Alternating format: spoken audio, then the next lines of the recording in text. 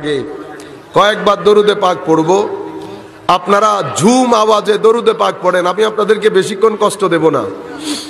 এটা এই কারণে, এর পরবর্তীতে আমাদের তাকরীর শুরু হলে আমরা কোনো ওয়াজ করতে আসি নাই।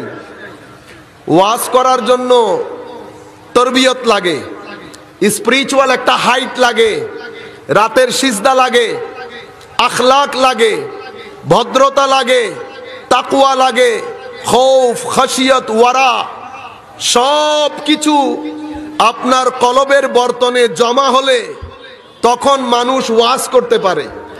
আমাদের পার্শ্ববর্তী উলামায়ে কেরাম ওয়াজ করতে পারবেন, আমরা ছোটখাটো মানুষ ওয়াজ করতে আসি নাই। একটা নির্দিষ্ট বিষয়ের উপর আপনাদের দার্স বলতে পারেন, ক্লাস বলতে পারেন, বক্তব্য বলতে পারেন, ওয়াজের জন্য আসি নাই।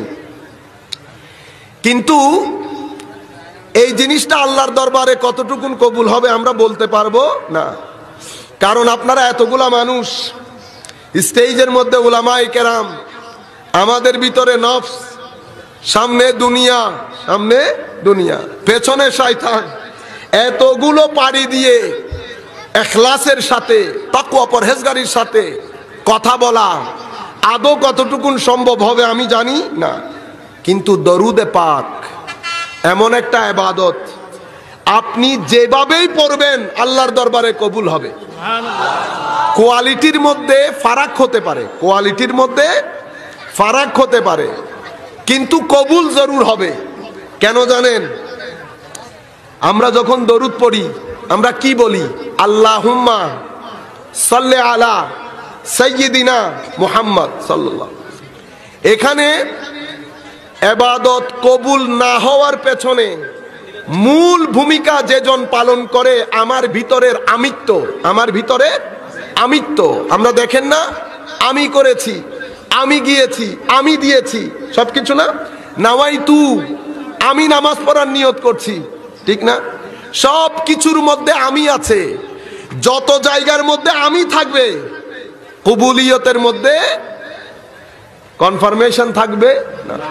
যত জায়গার মধ্যে আমিত্ব আছে, আমি যত জায়গার মধ্যে আছে, কিন্তু একটা জায়গার মধ্যে আমিও নাই, আমরাও নাই, সেটা দরুদে পাক পড়ার সময় কি বলি? আল্লাহুম্মা, ও আমার মালিক, সাল্লি আলা মুহাম্মদ সাল্লাল্লাহু আলাইহি ওয়াসাল্লাম, আমাদের প্রিয় মাহবুব, আপনার প্রিয় মাহবুব সাল্লাল্লাহু আলাইহি ওয়াসাল্লামের উপর রহমত বর্ষণ করুন। আমিও নাই, আমরাও নাই, আমিও নাই, আমরাও নাই। সেই হেতু দরুদে পাক আপনি যেভাবেই পড়েন না কেন আল্লাহর দরবারে কবুল।